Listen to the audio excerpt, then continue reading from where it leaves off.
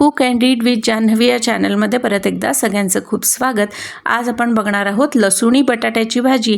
बटाट्याची भाजी ही सगळ्यांचीच फेवरेट असते आणि ती वेगवेगळ्या प्रकारे केली जाते, परंतु अशी लसूणी बटाटा भाजी अतिशय चविष्ट लागते आणि झटपटही होते आणि नेहमीच्या बटाट्याच्या भाजीपेक्षा वेगळी रेसिपी तयार होते। याच्यासाठी मी 4 मध्यम आकाराचे बटाटे घेतले आहे। त्याला थोडंसं जाडसरच आपण चिरून घेतलेलं आहे आणि हे बटाटे चिरल्यानंतर आपण फोडणीमध्ये 1 मिरची, भरपूर लसूण, 1 टोमॅटो आणि कढीपत्ता घालणार आहोत आणि आपण एक मसाला तयार करणार आहोत, ज्याच्यामध्ये किचन किंग मसाला, आपले नेहमीचे मसाले, तिखट, हळद, धने, जिरे पूड आणि थोडंसं मीठ घालून, थोडं पाणी घालून हा मसाला आपण आपल्या भाजीमध्ये वापरणार आहोत। त्यानंतर आपण मिरची, लसूण, टोमॅटो यांना चिरून घेतलं आहे। लसणाला आपण इथे ठेचलेलं नाही आहे, आपण चिरूनच घेतलेलं आहे। त्याचे जे छोटे छोटे तुकडे आहे ते भाजीमध्ये जेव्हा आपण भाजी खातो तेव्हा ते छान लागतात।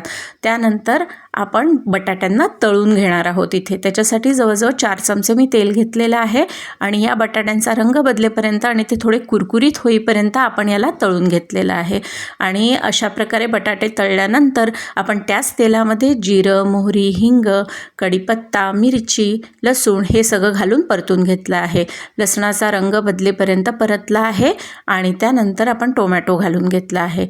टोमॅटो थोडासा शिजला की आपण याच्यामध्ये तो जो मसाला आपण तयार केलेला आहे, किचन किंग मसाला आणि तिखट, हळद, धने, जिरे पूड, मीठ हे घालून तयार केलेला मसाला तो घालून घेतला आणि त्याला आपण छान शिजवून घेतलेला आहे।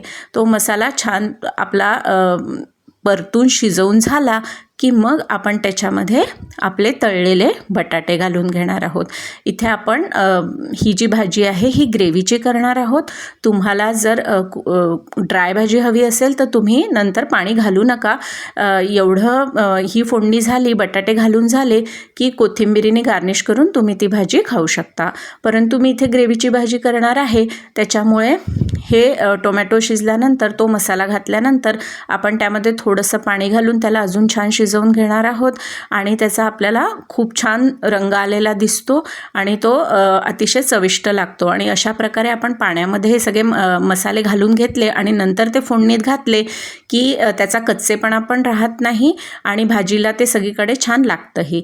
तर अशा प्रकारे बघा तुम्ही किती सुंदर रंग आला आहे। त्यानंतर आपण बटाटे घालून घेतले आहे, त्याला मिक्स करून घेतलं आहे आणि मी इथे कोथिंबीर घालून घेतलेली आहे, थोडीशी कसुरी मेथीही घालून घेतली आहे आणि मग गरम पाणी मी थोडं थोडं घातलेलं आहे। तुम्हाला ग्रेव्ही कशी हवी आहे त्याप्रमाणे तुम्ही पाणी घाला आणि त्यानंतर त्याच्यावर मी लिंबू पिळून घेतलेला आहे आणि अशी आपली अतिशय टेस्टी, चविष्ट लसूणी बटाटा ही भाजी झाली तयार।